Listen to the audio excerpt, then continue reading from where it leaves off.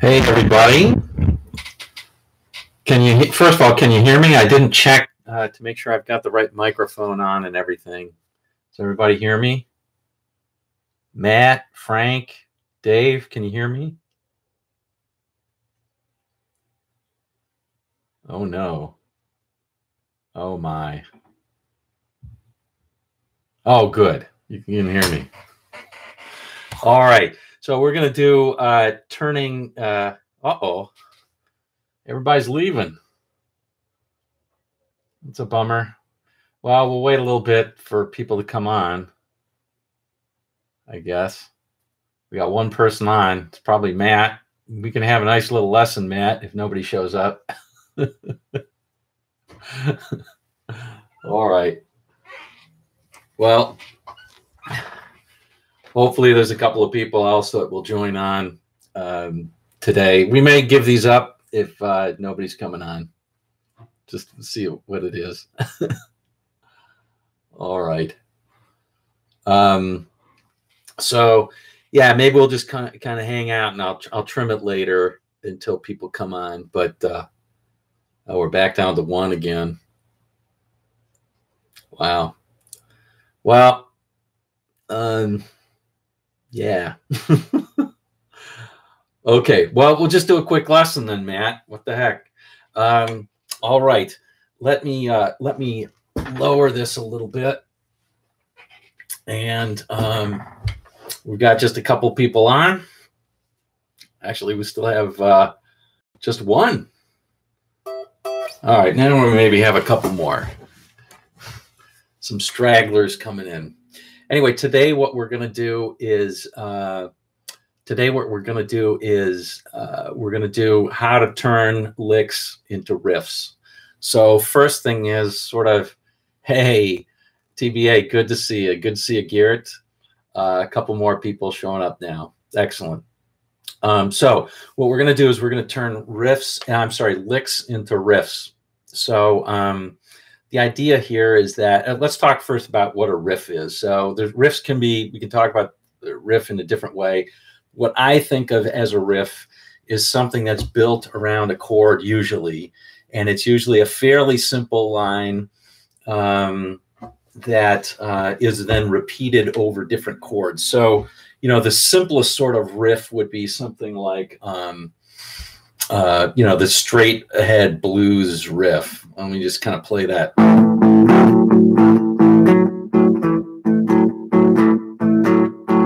Right? And then when it goes to the D chord, that's an A, right? When it goes to the D, it just goes. That's the riff, right? So you just repeat that riff over and over. Another simple blues one, if I'm playing a blues in G, might be this one.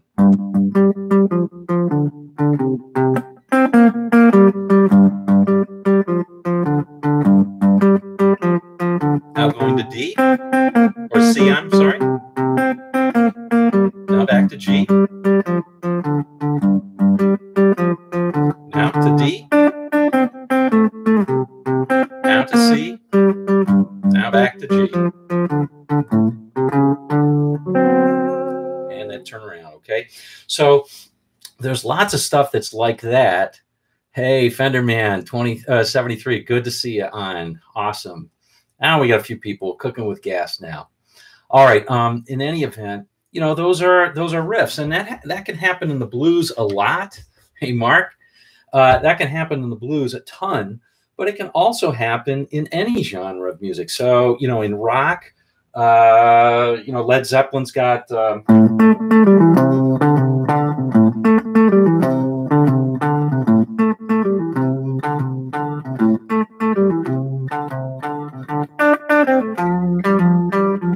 Right, Moby Dick. Led Zeppelin's got a ton of riffs, and Van Halen has their own. I'm using the same sort of ones. Ted Nugent did a ton of riffs.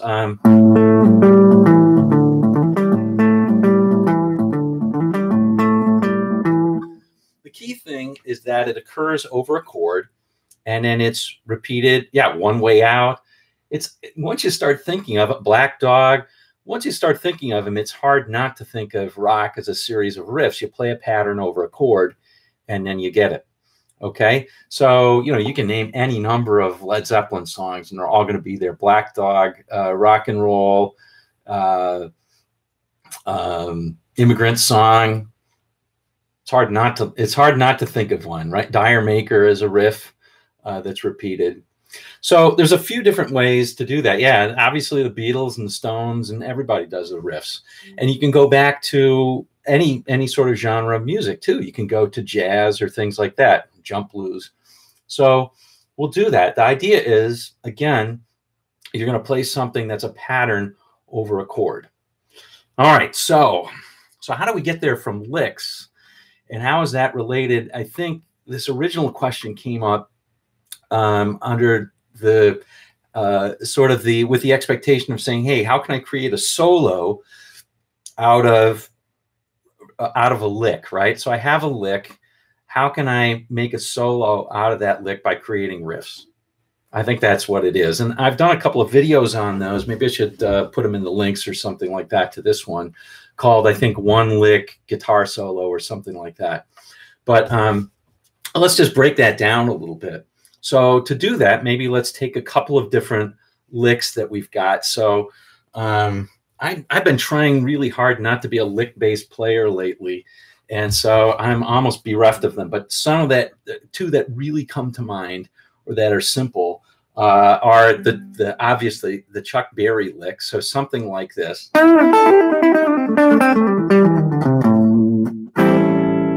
right. So that's an example of a lick. Another one might be, let's see, what another one might be, like a jazzier type of lick might be.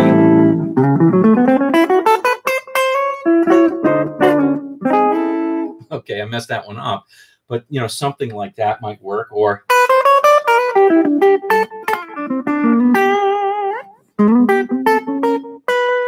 so those are kind of licks that you can use to do that. Those are licks, right? So in order to make a riff of it, at least what I find is that the first thing I've got to do is I've got to simplify it a little bit. So let's work with that Chuck Berry lick. Might be something like this. So instead of playing,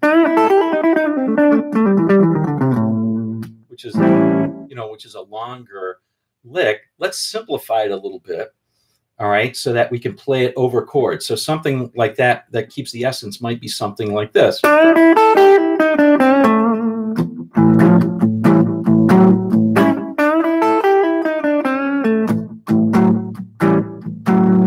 sounds okay. Yeah. So that might be the simplified lick. Now the key thing is I have to repeat them over the chords. So that one's simple enough. If I'm playing an A, I can play another A. Uh-oh. Now I'm going to my D chord. So if I'm playing an A blues, it's time for the D. I've got at least two choices. We're going to go through three choices, but let's go through them in the simplest first. The simplest is to keep the pattern that you've got, but change position. Super simple. We'll call that vertical change. All right. So over this chord, instead of playing this, we'll keep the shape the same, but we'll move it to the next D chord. Right here. So I can play.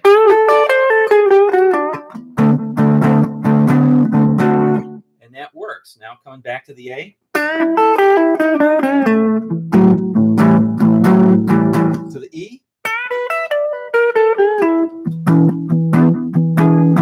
Back to the A.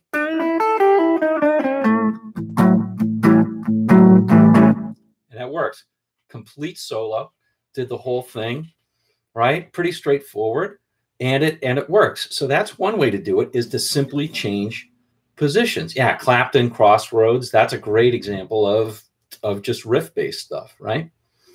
Okay, so that's one way to do it. Another way is to play the same lick, but in the same position.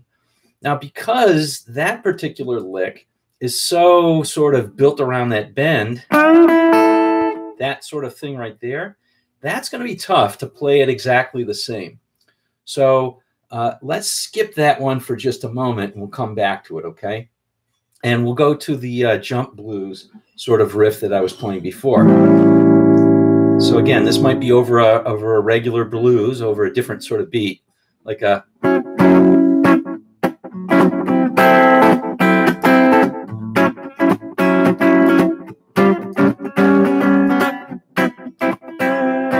So same sort of thing, right? So so let's try and work with that one. So maybe the lick might be. Oops. So something like that. So we've got to simplify it first. So the first sort of simplification I can think of is something like this. That's pretty simple, right? So that might work over my A chord. All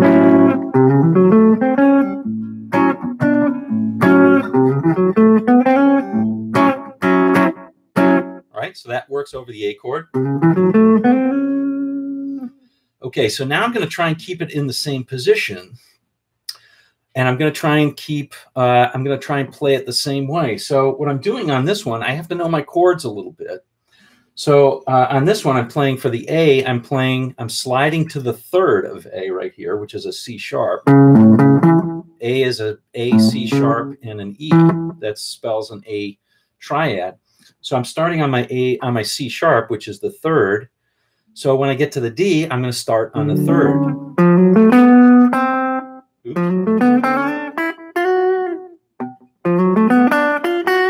That sounds right. And that'll work over my D, right? So you can hear the similarity there.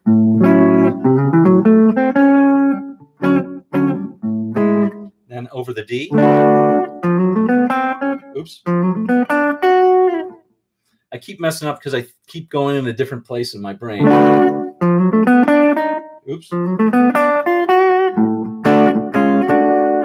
that works, right? If I want to go to the E, I do the same thing. I think about that third of the chord.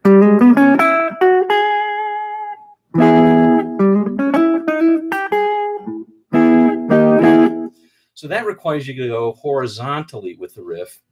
And that's not always easy to do.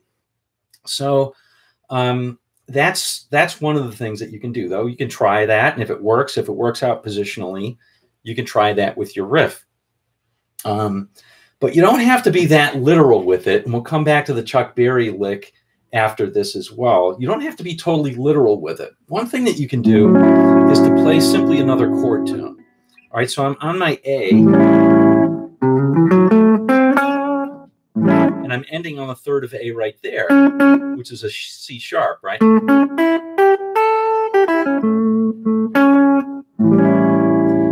Right?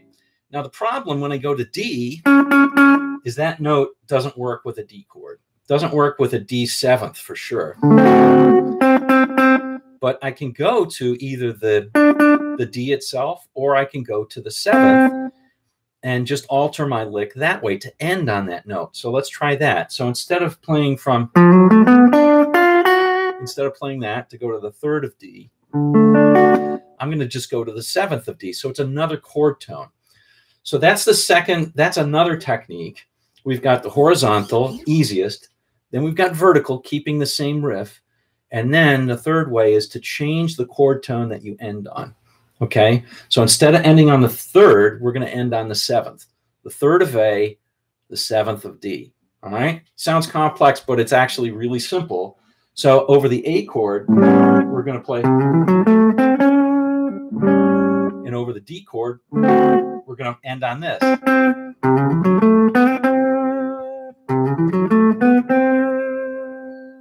Really simple, right? So over the D chord, works great. All right. Then when we get to the E, we'll go to the seventh of E, just like we did for the D.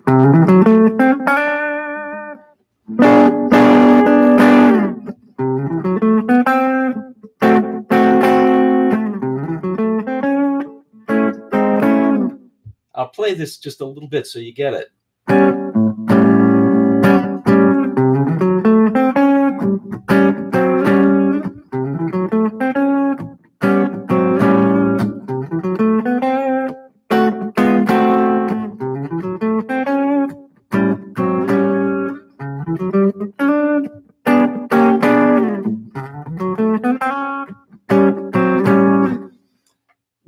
great, right? So that's a riff-based solo. Every one of those things come off of one lick, this lick right here.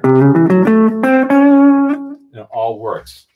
Really straightforward. I think it's really simple, and it works great. I mean, one thing that's really nice about a riff-based solo is that the listener's ears tune into every line. They hear it, then they hear the next line, they're starting to understand it. Then they hear the next line, which is a little bit different, but there's a lot of familiarity to it, right? So there's a lot of power in doing riff-based solos. Yeah, there just is. Let's see. One more thing I wanted to show you, and that is with, you can use effects. So we talked about taking a, oh, I don't know, maybe I'll do the Chuck Berry lick, and we'll try to do the Chuck Berry lick in the same position, right? So we already did it by shifting positions, and then we kind of comped out and said, well, that bend is really important, so it's going to be tough to do it this way. But if we use the third technique of ending on a different chord tone, maybe it'll work. So I think the original one that was simplified was something like this, ending on that note, which is 4th string 7th, which is an A, right? So over the A chord, we're going to end on the A, on the root. What say we try to end on the D root, right? Sounds simple, but we'll just end our lick. We'll change our lick so that we end on the D. That might work over that D chord, right? So let's check it out. Let's see if we can do it over the A chord a couple times.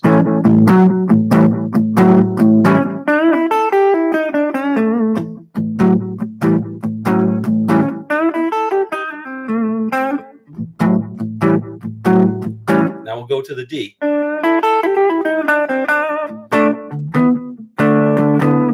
Back to the A. Now to the E.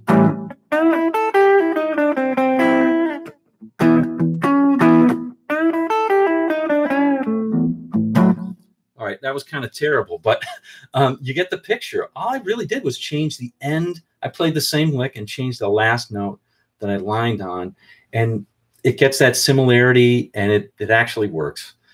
Maybe the root wasn't the best, and I could figure out a better line than that. I probably could, but you know, I didn't. A great one for the E would have been to here, because it's not in the A chord, and you can really hear it.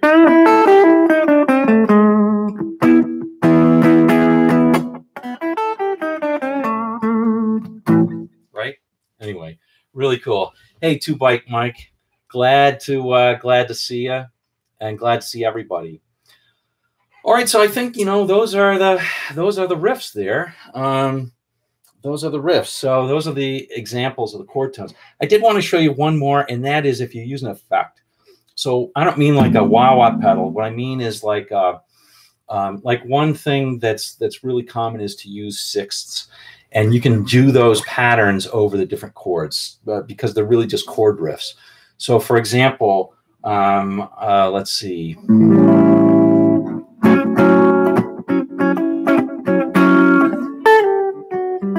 Yeah, let's play that. So let's just play a standard blues again.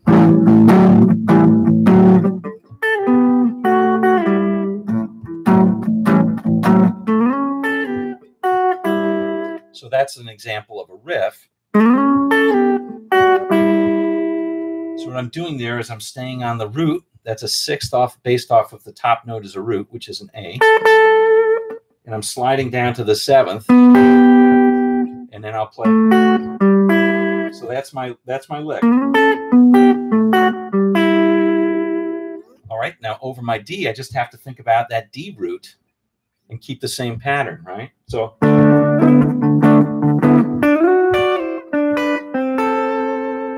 yeah, Steve Cropper, he played that all the time, and it works great. Now I'll go back to the A. Now, if you learn to mix it up a little bit, it sounds even better, but you can see it's pretty easy to try. Here's the E. Back to the D. Back to the A. And now to the E. All right. So anyway, so it's what I really like about, you know, sort of riff-based soloing is exactly exactly that. It's just pretty straightforward. Anyway, it's clearly not the most interesting topic to everybody here, but it's a great technique to know. And yeah, so we can talk about it. I can do an example from Duke Ellington. I have one Duke Ellington C Jam Blues example. So it works over any genre of music, or we could just call it a day and I can get back to work. All right. Hey, Garrett. All right. So hope y'all are having some good time to put together for the holidays. I think it's last night of Hanukkah tonight. And of course, Christmas is coming up and some other stuff too. So show us something more to do with riffs. Okay, we'll do one more. Sunday is day of play. Sorry, Tupac Mike, not this time of year. Own your own business, and it's not like that. So what does they say? The second biggest lie is how great it is to own your own business. Oh, Sunday, Buddy, Sunday is a great riff. I don't know it. I don't know it off the top of my head. But yeah. So let's take a look at one more riff, and I'll tell you what, let's do it over Duke Ellington C Jam Blues, right? So C Jam Blues is going to be a 1 to 5 and then a 5 chord, right? So it's really a blues, but it's more of a jazz blues, right? So it's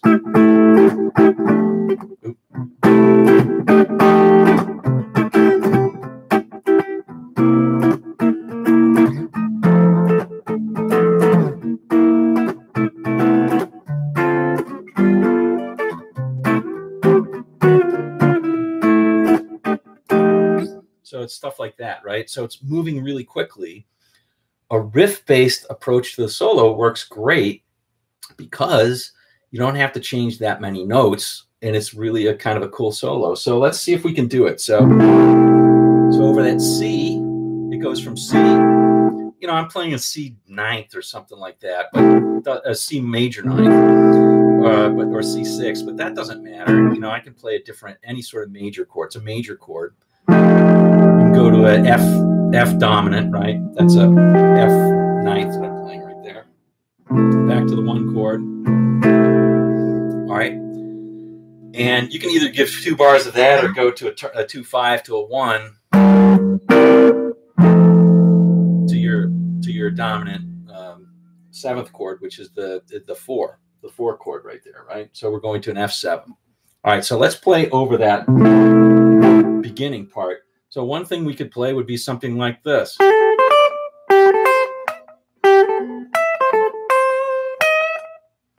That sounds great, right?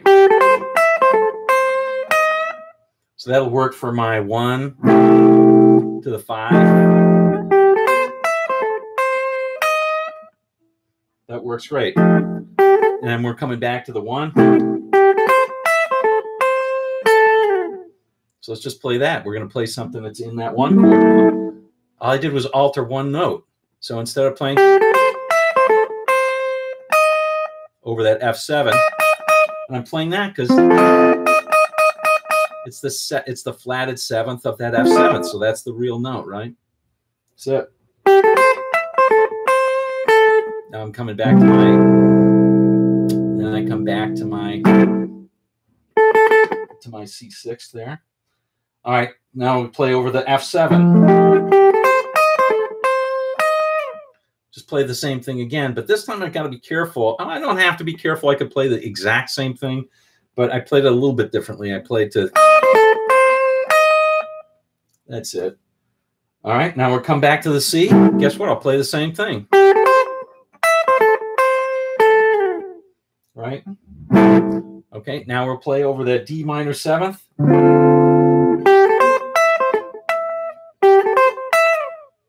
All right. And now we'll play something a little bit different. Over that G7. But you can see, I'm just altering it just a little bit. I could play the same riff. That would sound good.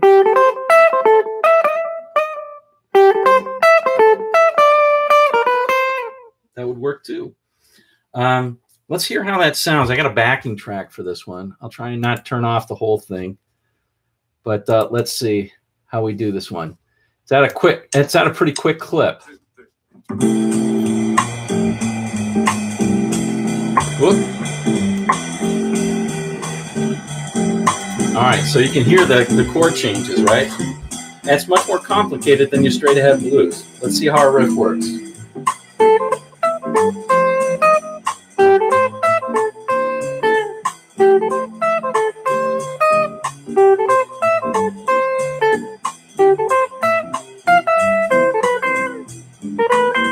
Again.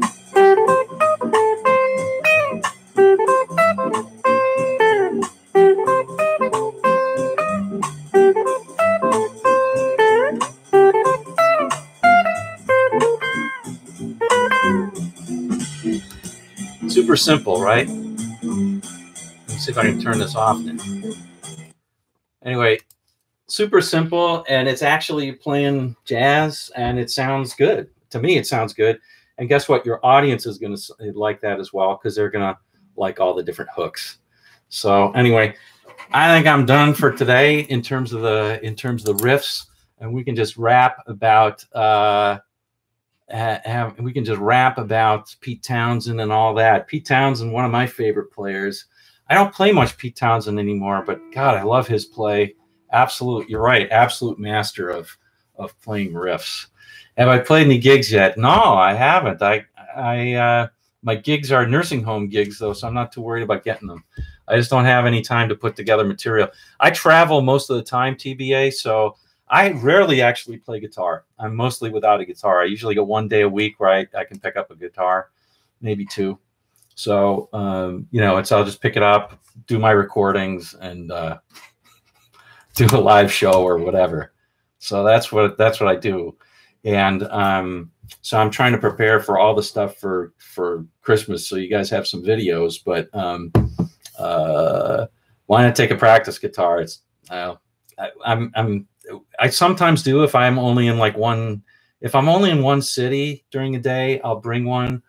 If I can drive, I'll usually throw one in the back of the car or the truck. But if it's a plane, I'm bringing either my mandolin or nothing. So because it's just too painful, I find it's too painful to bring like a full-size guitar. So, and then plus, you know, you're up to 12 or 10 working anyway. So what's the point? You know, you get home to your hotel room 10:30 p.m. No time to play. So I'm doing a live gig right now. Yeah. Well, yeah, I ought to prepare better for that. But no, I met somebody on a plane a couple of weeks ago who said that they ran a few nursing homes and they would love to have somebody come by. So no, I got to get all that, you know, all the tunes like "You Are My Sunshine" and "Angel Band" and all those old timey stuff, things together. Having a gala, you know, stuff like that. Anyway, that's what I got to get together, which will be a lot of fun, I think. But hopefully in the new year. In the new year, I don't think I'm going to have to do quite as much travel, at least in January. February is going to suck, but then after that, hopefully it'll go down. Yeah, or I could bring a uke. I don't play much uke, but I do a little bit. Yeah.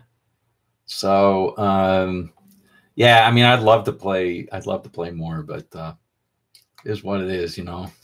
Got enough struggles playing for the doing a YouTube channel. Just keeping it up. It's fun though. I like that.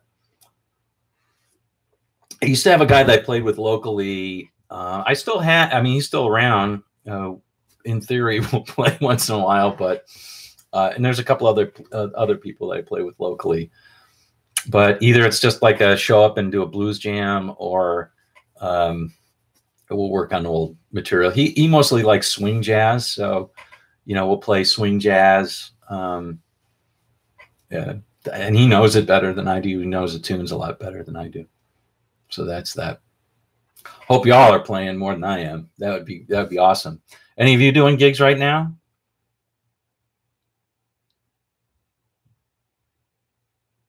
Yeah, it definitely does. It takes a lot.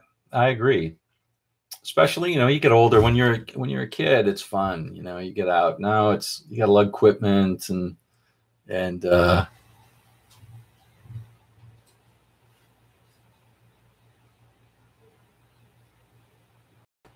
oh, it was my tutorial for "I've Been Loving You Too Long" by Otis that brought me to the channel. Yeah, got it. Great. Oh, we did a little Steve Cropper type stuff today. Just a little bit. Yeah.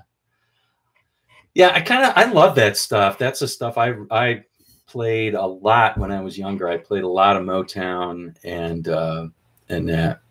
Yeah. Yeah. Oh, that's good.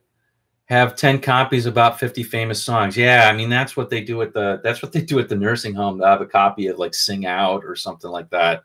And so they'll play a bunch of Pete Seeger songs and stuff like that. But yeah, parties are a little more fun. I don't know. It's one of those things I feel pretty good about if I can get my butt out and do it. I used to do a lot of coffee house playing too. Don't do that anymore. The crowd changed and I wasn't into it too much anymore. So plus I live in a college town now, so you can't expect any money at all for doing stuff like that. You just can't, because there's just too many people who are doing it for free. It's that simple. Yeah, it's great to get everyone to sing if you can have the binders. All right, folks. Hey, Robert. Good to see you, buddy. All right. Okay, well, I'll have to think of a better topic for next one. I actually really like this topic. I think it's a good one, but hopefully some people liked it. Need to learn Green Day then. Oh, I know a bunch of Green Day songs. Surrender, I Want You to Want Me, Dream Police. Green Day to me sounds exactly like Cheap Trick. Although, they have different they're a little more perhaps blunt about things. All right. Good riddance. Okay. Yeah. How'd you like yesterday's? I mean, I put a lot of work into the one yesterday. That's a newer guy, right? John Mayer. I really like John Mayer as a player. And I really like John Mayer as a player, and, to kind of put down all the shells for showing you one different ways to go about, doing it for a jam session. Hopefully you like that. Saw Cheap Trick. Oh, no kidding. You saw Cheap Trick this week. That is so cool. How's 25 or 6-4 coming out? I don't know. I haven't played it in a long time. It really kind of 25 or 6-4, I need to be home for quite a while, because that's one you need to memorize completely to be able to play it note for note. And I learned my lesson a long time ago on YouTube. If you play something that is an approximation, or you're trying to do it that way, nobody likes it. And it's just a shit storm coming back at you. So I don't do that anymore. I try and play it as close to note as I can. So that requires a lot of memory. Something like 25 to 6-4. That's a solid week of playing and remembering it. That fades really quickly. I mean, I'm not a big believer in playing note for note solos. I'd never do it live ever. I just wouldn't do it. That doesn't mean that I'm not thinking of, well, I shouldn't say I never do it live. There are certain things I do perform that way. If it's like a Chet Atkins song, a composed thing, but like for a rock song, it just, I don't know. I can play the shell of it. I think that's good. But, for Led Zeppelin, you're going to play, like if you're playing Stairway to Heaven, you got to play that opening lick, but, and maybe the ending lick. But listen to Jimmy Page playing it live. He doesn't play it exactly the same time every time. If you don't like that sort of play, you definitely wouldn't want to come to a show that I played at. But I never liked that. I went to see Rush, 1982, like November of 1982. I remember I saw him at the Pontiac, no, not the Pontiac Silverdome, the Joe Louis Arena in Detroit. Worst show I ever saw in my life. They just got up and played exactly like on the record. Why don't I just put on the record? No point. Anyway, I love Rush too, and that just did not do it for me. Yeah, Terry Kath. Yeah, Terry Kath's a monster. So if you want to play, like Terry Kath, yeah, you can do it. If you want to play exactly what he's playing, I would. Well, obviously he's dead now, so he can't do it. But I would question whether Terry Kath would go up and do what he just did. Probably didn't know. I mean, I've heard separate Terry Kath videos of him doing 25 or 6 to 4, and he plays different stuff. So I mean, mind you, I admire that. I don't think it's the greatest to be able to go up and play exactly the same thing every time. I don't like that. So I admire Terry Kath for doing something that's more or less off the cuff and coming up with something that great. But when you're doing it on YouTube, I have just found out from experience, if you don't do an exact one, it is just everybody screams at you. So, you know, that's the only choice. Otherwise, don't put it up. Yeah, you know, the Eagles, but even though the Eagles, you know, I mean, listen to Felder and Walsh play the end to Hotel California, that the video that was first on MTV. Felder is playing it almost exactly the same. Joe Walsh is improvising a little bit. It's, you know, I think Joe Walsh was a pretty darn good player. So, yeah. Yeah, well, I'm not saying, so Garrett, I'm not saying that you shouldn't learn it that way. I think it's great to learn it that way. And every time you learn and try and play something the way that somebody else played it, you're going to learn something. You're going to maybe learn how they see the fretboard, or you're going to learn a different note that you would not normally put in there. And that's great. But to me, to play it always the same way, I mean, there are certain solos that I would say are like that, but look at Harrison. I mean, on the takes to something, he did something like 13 or 14 takes before he came up with a solo that he liked. Each one was different.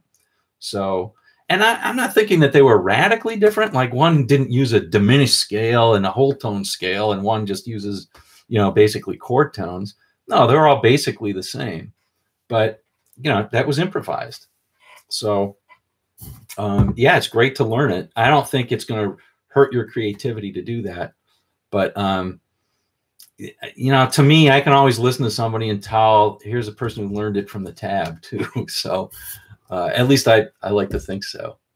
My Sharona has a hard solo. Yeah, I did that one. You can check it out. I did that one.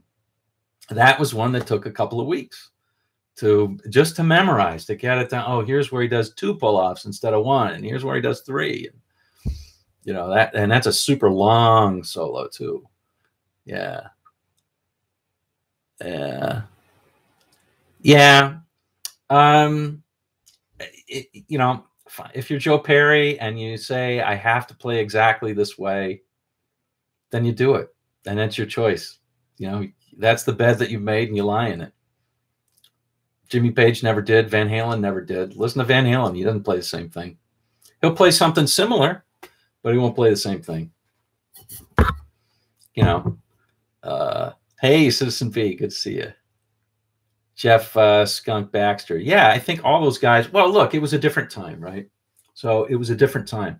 Terry Kath was definitely an improviser. All those guys were. And at some point, it sort of flipped over, and it was sort of more worked out stuff. And both can be good. Both can be good. I can just tell you, though, for me, when I'm playing a live show, that's what I do. That's what I do. The danger of improvising all the time is you end up sounding the same over every song. And so it helps if you spend a little bit of time working out different hooks or different endings or different beginnings. And those can make a big difference.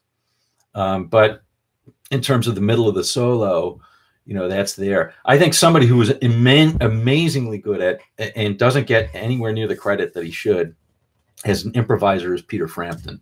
I think he was absolutely one of the best. And the reason is because he came up with melodic hooks or themes in so many of his solos, even though he's improvising.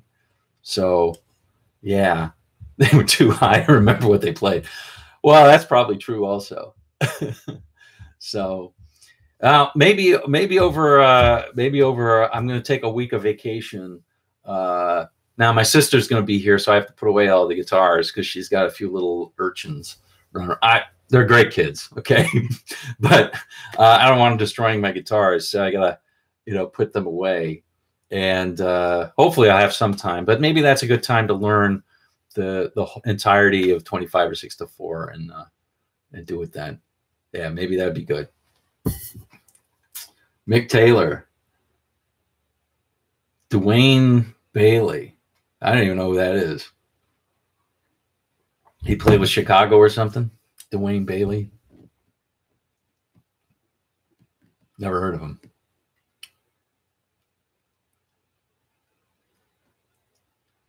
I think there's a difference between varying a solo and varying riffs. Helter Skelter, Satisfaction, Day Tripper, and so it would sound terrible. Yeah, I mean, you can't just change the riff, right? That's a great point, right? So if Zeppelin's playing very different riffs, now there are some things where you have some scope to do that, right? So a riff like a ZZ Top riff, like Lagrange, right, or Lagrange as they call it. That one, there's some scope for doing maybe different pull-offs, right?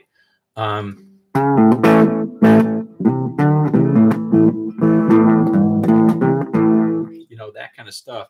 But you want to keep it more or less the same when you're playing it. And I mean, just think of Black Dog, right? If you were just improvising on Black Dog and everybody else is playing the riff, I mean, there's a point at which the riff becomes the song, right? So you don't want to improvise too much over it, or it's not even the same song. Who taught me to play? That's a complex question.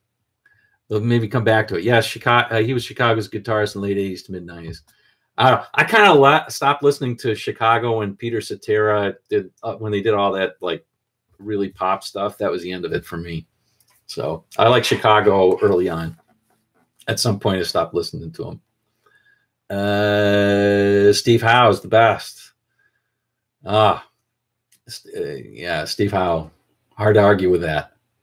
Chris Pinnock. Well, he must have played a different time with Chicago as well. All right. All right. Arik Marshall is a great player. I never heard of him either, but there's a ton. And we had this conversation about all these unknown players, right? There's a lot of players that you never heard of played on a lot of the original stuff, right? Guys like Joe Messina. Never heard of Joe Messina. He's the last of the Funk Brothers, I think, that's living now. But he's on all those, and he was a hell of a jazz player. But he comes off as like, hey, he's only doing the stuff that makes the song great, makes everybody else look great. And that's the key, I think, to a great session player. He just makes everything else seem great, comes up with an original person. Yep. So Clapton. Yeah, I agree. I think Clapton, that's one of his strengths, is he improvises, but he keeps enough there. I think actually that he's better at that than Jimmy Page, who sometimes when he goes off on tangents, he just kind of loses me. Dickie Betts did the same thing. He'd go off on tangents and just kind of lose me. Again, great player. Not arguing with whether they're great. Do a lesson on Asia's Heat of the Moment. Oh, yeah. That's a blast from the past. That's my high school. Yeah. Heat of the Moment. I'm going to write that one down. Yeah. That's a weird solo. Steve Howe always had that weird timing that never quite was right. If you've heard Steve Howe on an off day, oh my God, he's awful.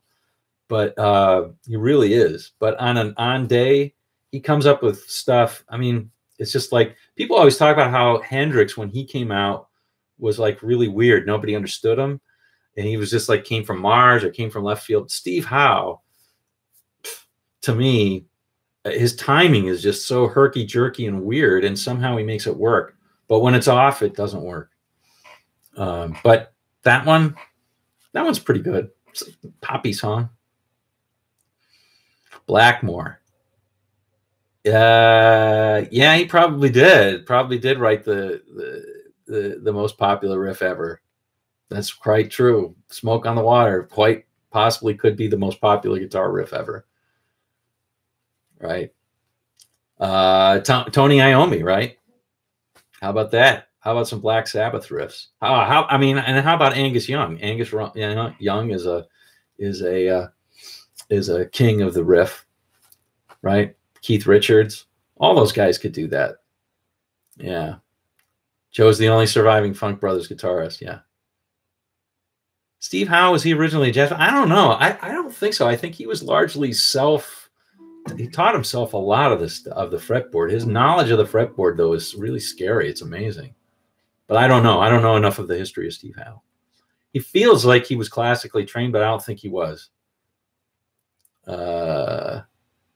Yeah. I like Blackmore a lot. I just don't like a lot of that music so much. Is that right? Malcolm Young wrote most of the riffs? Could be. Didn't know that he wrote most of them, but it makes sense. Yeah. Everyone teaches themselves. There's no question, Mr. Pirate Brain, that everyone teaches themselves. There's no question about that. But so just to give everybody, I can't remember who asked it. So where did I learn?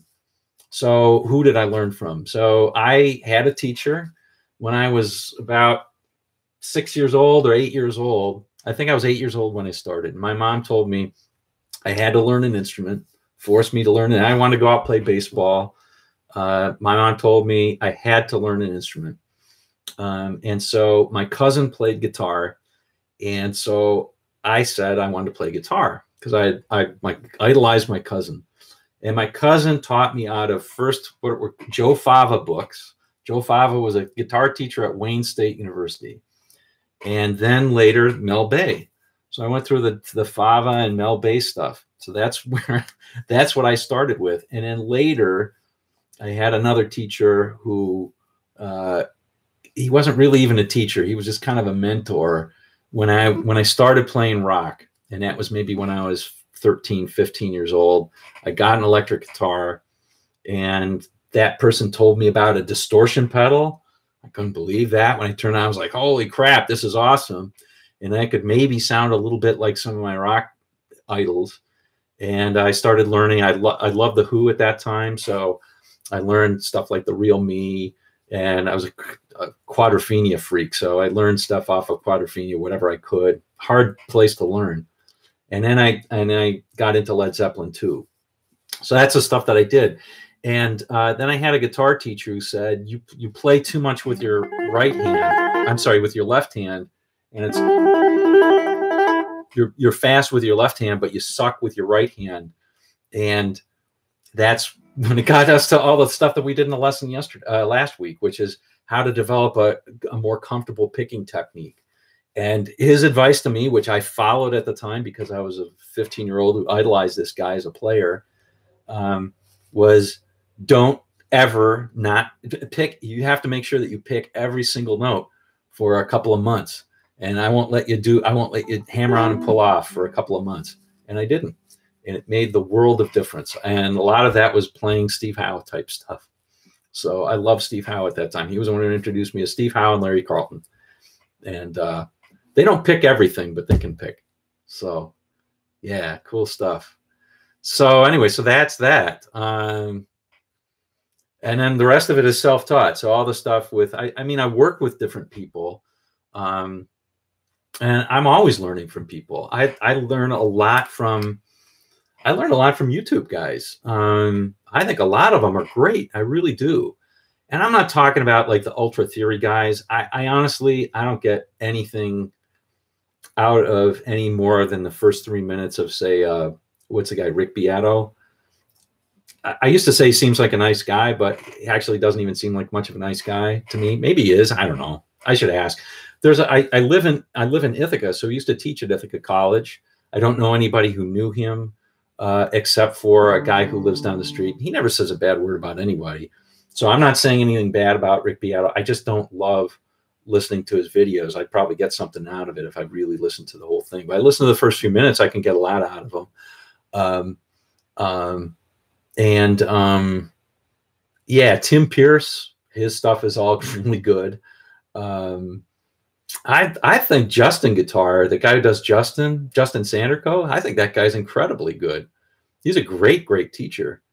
So every time I listen, even if it's something really basic, I listen to more basic stuff because I like to hear how people think about even the really simple stuff that I think I know. And many times they have a different twist on it. And that's learning, right? So I can file that away. Oh, that's a different way of thinking about something really simple. And if you listen to guys play like George Benson, who or some of the guys like that played really complex music like Wes Montgomery, or Santana or whatever, they must have seen the fretboard, and they must see the fretboard as something really simple. It must be simple to them. That doesn't mean they don't have a lot of knowledge, but they can't be thinking, okay, now here's where I substitute in the tritone sub. Here's where I make a tritone sub when I'm going to the 4 chord, and here's that tritone sub back to the 1 chord. There's no way they're thinking about that. No way at all. It's coming naturally, and it's the ears translating. That doesn't mean they don't work at it at home, but there must be some simplicity to it. And so very often you can, at least for me, I can listen to something that's basic and get something out of it. Another guy who's really good, I think, is Paul Davids.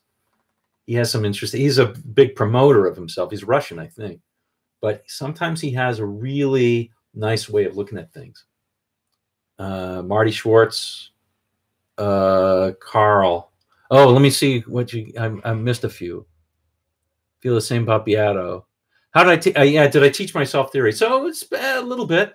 So I taught myself theory. I happen to be a mathematician and engineer, so I'm pretty good at learning theory. I try not to do too much theory, but I did theory when I was younger. I know enough theory to get myself in trouble. Yeah. All right. Yeah, Justin Sandico is very good. He is a good improviser. I've heard him before. He's very good. He's very good. In-person lesson from Justin. Okay. Huh. That's too bad. He didn't even play guitar. That's too bad. Now, a local guy that I sometimes talk with, he's a professor of music at Ithaca College. And a heck of a super nice guy. He's the guy that I know that knows Beato. A lot of our lessons we don't play at all, and he just talks to me about. It's not really even theory. It's a lot of it is who he played with when back in the day. A lot of it is learning how to listen. A lot of it is just talk about what different musicians have, and a lot of it is. Just fun talking about local players, but I wouldn't say it's a real lesson. Because sometimes it's a lesson. I'll go and I'll have dinner with them, or so I'll pay for dinner. So yeah, Carl Brown is a good teacher. I don't know Carl Brown. I don't know who he is. He's a guy in YouTube.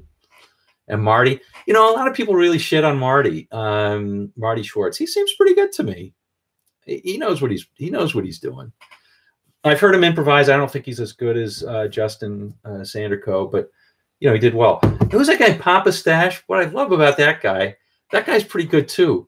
Papa Stash, he knows what he knows. He doesn't pretend that he doesn't know what he doesn't know. I love that about him. He'll get a question about modes and he'll say, I don't really know about modes. I love that. It's great. And he sounds good to me. Sounds really good. Paul Davids is Dutch. Okay, thank you. Thank you. I didn't know. I should have known that, Geert. Oh, of course, Geert. I didn't know. Okay. Wow. That's quite a bit. Carl plays metal. Okay. Well, that's why I wouldn't hear him. I'm totally not into metal. Never turned me on musically. So how far am I from Owego? Owego, I don't know about now. I'm trying to remember. Owego is that on 90s? Is that right on Southern Tier? What used to be 17?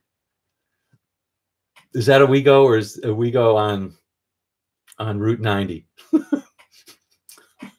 I should know this stuff, but there's so many towns that are called like Owego, Oswego, Onwego in New York. I can never remember them. Oh, Carl is Guitar Lessons 365. Yeah, he's really good. I didn't think of him as doing all that metal. Maybe he does some metal. Yeah, he's really good. I think anyway.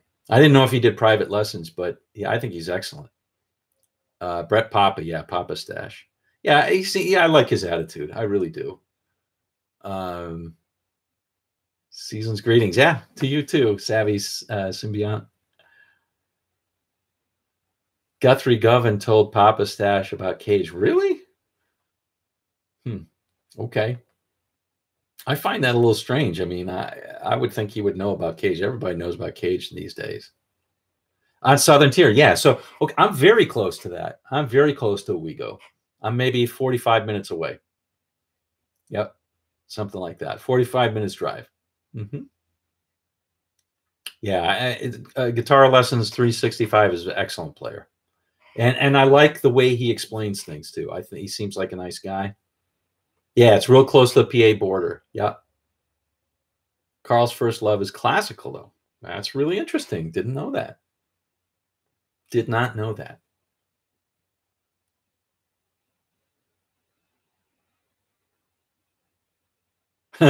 Is it snowing yet? I would show you. Well, maybe I can show you. Is it snowing yet? I don't know if this is going to work, guys. It's going to get really bright in here. Ta-da. Yeah, it's snowing. Anyone can play guitar. Oh yeah, he's that's is he Scottish or Irish? I can't remember. Yeah. Yeah, too much snow. Yeah, anyone can play guitar. I like him too. I like him too. I mean, I listen to all these guys, and I get a kick out of a number of them. I like Sean Daniel a lot. I think it's Sean Daniel, right? Not Daniels. Um, he's he seems like I know a lot of people think he's got like some big ego, and maybe he does, but he seems like he's always like not taking himself seriously. So I like that a lot. And again, he doesn't pretend that he's any sort of shredder, which I like. I look like a computer programmer. Gee, thanks. What's that? I'm actually a male model, but you know, no, I'm an engineer and a mathematician. That is what I do. I ran a business and I run a business, so I run a consulting business. That is what I did. Eric Andreas. Oh, is Eric Andreas this guy? The guy with the hair? Right? Is that him?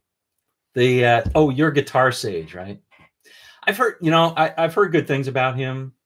I have to say that and I haven't spent a lot of time looking at his videos. I haven't spent a lot of time looking at his videos, but the name rubs me the wrong way. Oh yeah, Stitch. So Ian Stitch. I'll tell you what though. I listened to a couple of Ian Stitch things. I didn't really get into it, but yeah. But I'll tell you one thing. He has this method, right? The Stitch method or something like that. And I think I bought it for $2, right? So why not, right? Why not look at it and see what's there? And it didn't download properly, and he was like all over it. I emailed him, and he answered really quickly, and he was a real nice guy. So anybody's a nice guy, and they're working and they're doing their best, I'm gonna like them. It's just that simple. Bobby Crispy. Yeah, his videos are fun. He's got a lot of them. I like his old ones where he got the flip charts up. I think those are great. Play and sing. How tall am I? What kind of question is that? I am 5'8" on a good day. A 2.1 in physics. 2.1. Okay. That was my undergrad, was in physics. And you guys are going to laugh at this, but I was doing all this other stuff, right? So I started in music, and I was pretty good at math, and I took a bunch of classes, and I didn't like I had a friend who really wanted me to go into chemistry, and I got into organic chemistry, and I just found it really hard because it was all this different stuff that I found I had to memorize. It was just a lot of work. And so I went into physics because I kid you not, I went into physics because it was easy. Because in physics, you don't have to memorize that much. You just have to know a few equations and then know how to use them in creative ways. And so I went into physics because it was easy. Little did I know, when I go into graduate school, it's like a whole different level. And but my wife is a physicist, so so I couldn't cut it. But I married a physicist. The Grateful Dead fish method. Yeah, he's really into that. This is Ian Stitch. Mark, do some singing, please. I will. Garrett, asking you shall receive. I'm going to start doing maybe more a little bit, just because I can annoy everybody when I do it. So yeah. Oh, Manchild, thank you. Reference a couple of my videos for different things. Thanks for your lesson. I appreciate it. I really do. Glad you enjoy it. And yeah, glad you enjoy it. Off the cuff, playing sing one. Oh, wow. What would I sing? Geez. How about we do that? How about we do it next time? Okay. I'll play and sing one. I don't know. We can do it. We can do another one next time. Yeah. I promise. I think I did one in the last live, didn't I? Didn't I do some singing on the Roy Clark one? Thank God and Greyhound. I'm not a mathematician like Goodwill Hunting. No, I'm not. And I'll also say that I don't want any of my tax dollars. I live in the U.S. I don't want any more of my tax dollars going to save Matt Damon anymore. We saved him in saving Private Ryan and The Martian and Interstellar. No more of my tax dollars going to save Matt Damon. Okay. Are you going to Stones concert? I don't know. Is there a Stones concert coming in? Do they have like props for them to hold them up? Sorry. I know you can do it. Okay. Little bit. Terrapin Station. Okay. Terrapin Station. Good. It was good. We want more. Okay. I promise next time we'll do it. Next time we'll do it. Okay. You know, you might not be thankful for what you get, but there you go. John Tuggle at Learn Guitar Now. Okay, I don't know his stuff. Any original stuff? You know, I haven't written music in a long, long time. The last stuff I wrote for was I played in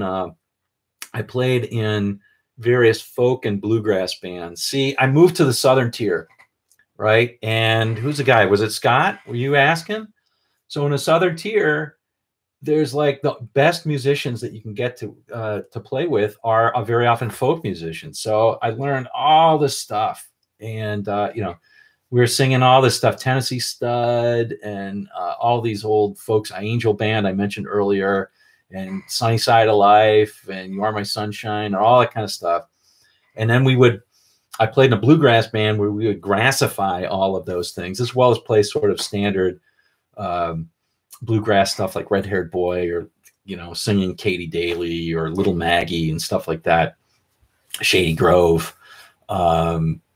Anyway, so that's the stuff I used to go out and sing in the coffee shops. So that was different.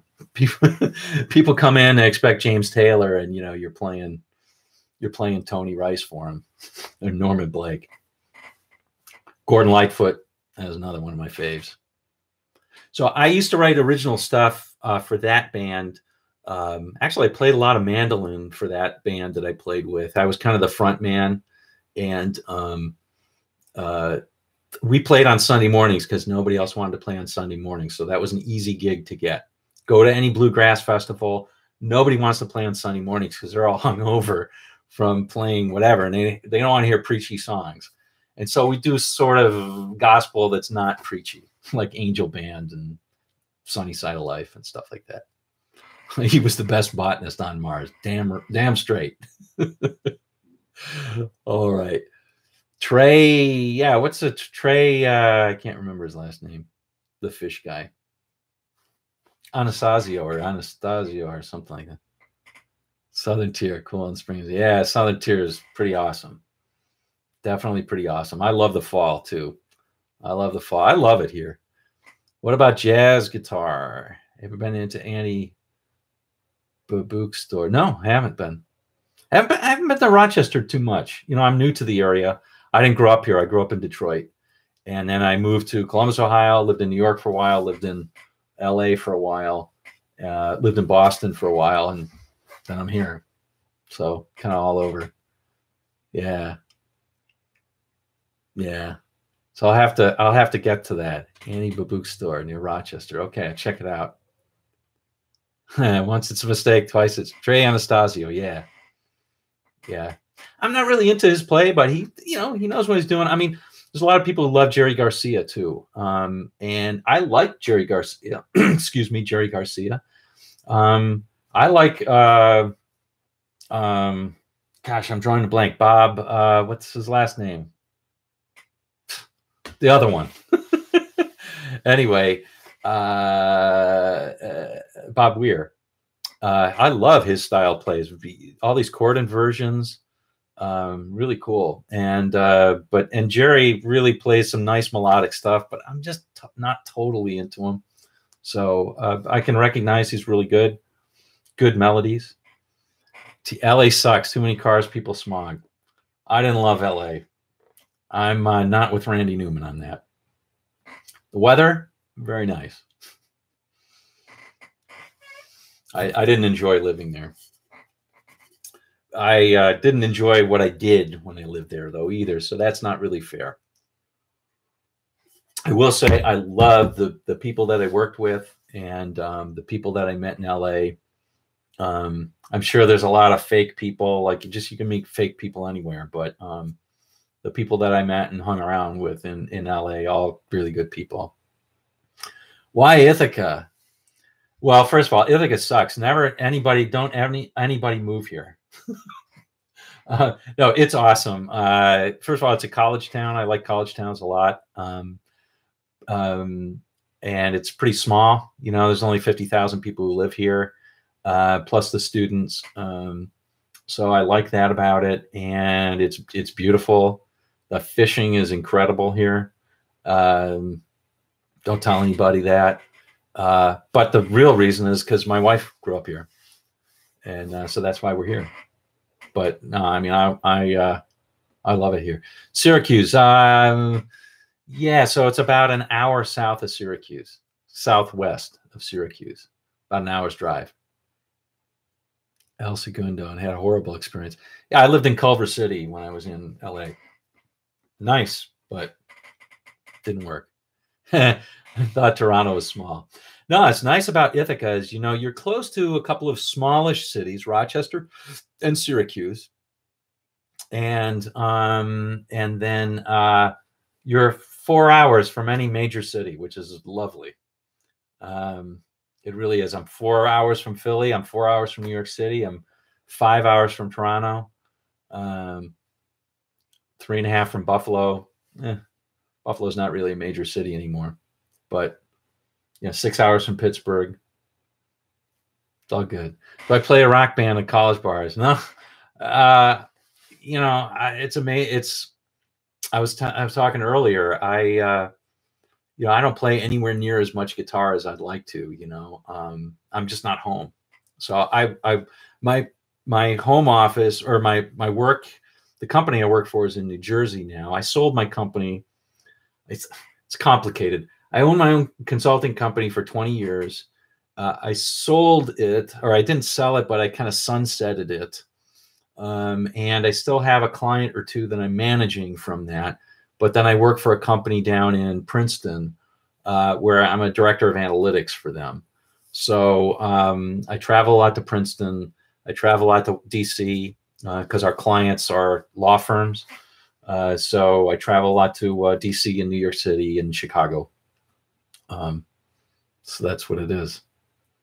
So I travel way too much. And I'm going, you know what? Next week, this week, I'm going to Nashville on Tuesday. Get this. I'm going to Nashville on Tuesday, right? I should love Nashville. So I was all excited about it because I had plenty of time, right? So I'm done on Thursday. Maybe I'll take the Friday, take the weekend, come back on Monday because I can take some time. But no, turns out I got client work in Chicago. I got to fly from Nashville to Chicago. Then I got to fly to Princeton next week and whatever. So I'm driving down to Philly. I'm flying from Philly to Nashville. I'm going to fly from Nashville to Chicago, Chicago to Philly, drive to Princeton, drive back. That's a lot of fun. You going to bring a guitar in that one? No, I'm not going to. Yeah. Anyway. Yeah. Well, Toronto's pretty close. Yeah. Toronto's pretty close. 5 hours drive or so. Yeah. Well, if you hate planes, you definitely wouldn't want to be on the planes I'm in. I'm in these little puddle jumpers all the time. Yeah. Oh, you lived in Queens for 10 years. Okay. Yeah. My wife's grandmother lived in Jackson Heights. So we used to go to Jackson Heights all the time. And now she died a while back, but the relatives live sort of on the Upper West Side. So we spent some time up there, but not anywhere near as much. I loved going to Jackson Heights, and then we would go up to Flushing or Forest Hills and eat there. A lot of stuff up there. But I mean, Jackson Heights is just incredible. You know, you walk down the street, you hear 10 different languages. I don't know what it's like now, but it used to be there was a group of there was a lot of Colombians who lived there. There were a lot of Koreans who lived there. There were a lot of Indians who lived there. There were a lot of Russians who lived there. There were a lot of other Slavic peoples who lived there. And there were a lot of Jews who lived there too. So it was just lovely. You know, you go there and just hear, like I said, you hear 6 different languages walking down the street. It's just amazing. And just incredible, incredible food almost anywhere you stop. Kew Gardens. Hey, Jeffrey, good to see you. Thank you. Well, if you think the capture is good and the setup's good, that's good coming from you, because I know you're a master at that. So Geert, you lived in London. I need to get to London more. I haven't been to London in 20 years now. Geez, 20 years. 20 years I haven't been to London. That was the last time I was to Scotland too. That was the last time I was to the British Isles 20 years ago. Can't believe it. It goes so fast. Yeah, I know. I'm road warrior. I got to stop that crap. You know, if I'm road warrior, the only road warrior I want to be on is a band now. Once my kids are graduated from college, they got a ways. Actually, once they get to college, maybe I'll start doing more stuff. My son just started this year, and my daughter's got a couple of years, and hopefully she'll go to college in a couple of years. That'd be good. That'd be excellent. That really would be. My wife and I could travel a little bit more and do that. Then I'd have my little, you know, I do have a tiny little travel guitar gear, and I should bring it more, but then we'll do some live stuff. I used to play a lot of British Isles music, you know, in dadgad tuning or whatever, all those drop tunings. Those are all good. So I used to do a lot more of that. Geez, this was supposed to be a short one. We're already like an hour and 15 minutes. Miss London. Yeah, what are they studying? So they're just starting. So I think my son's in the in the College of Arts and Sciences. So that's great. I think it's great that he is not like going directly, I want to be a doctor, I want to be a marine biologist, I want to be a dentist or whatever, day one. I think college is a great time to sort of, I don't want to be totally open, right? Because I'm not made of money, and he isn't either. I want him to graduate, but I think it's really good that he's going in and kind of got an open mind about what he wants to study. He'll figure it out. He's a smart kid. My daughter is just not starting yet, so she's in high school. She's a Steel Eye Span. Try to learn Spanish, but my opinion is very hard to learn a foreign language. Yeah. Spanish is a good one, though. Better than Swedish. Jag kan tala svenska lite grann, men inte så mycket. But there's nobody to speak it to, so it fades. All right. Denmark Street in London. Okay, disappearing. All right. Well, folks, I really do. I'm going to have a little bit of lunch, and then I'm going to get back to work. This was fun. This was fun. We can do this anytime and talk guitar and life. And you know what? I would challenge any of these young whippersnapper YouTubers to talk about life in the same way. So maybe we can't talk about the same, those new bands and all that, but we can talk about the old days better. And we can talk about, kid problems and all that kind of stuff. So anyway, hey, thanks a ton for sharing your Sunday with me. I appreciate your time. Hope you learned something in the beginning, but hope you had a lot of fun later as well. And yeah, take it easy. Really enjoyed this one. Well, Scott, we'll do some singing for you next time. Promise, okay? We'll do some of that. We'll make it a habit, right? May as well. Sean Daniel always tells a little joke in the setup, so maybe we'll do a little bit of singing every time. Okay. All right. Thanks, Garrett. Thanks, T-Bergs. Thanks, Jeffrey. Appreciate you showing up. Thanks, TBA. Thanks, Matt. Thanks, everybody. Savvy Symbiont, a lot of Man-Child, Red Dog, all that. Citizen B. Man, so many people came on today. Really fun. Okay. We'll see you later. Have a great Sunday.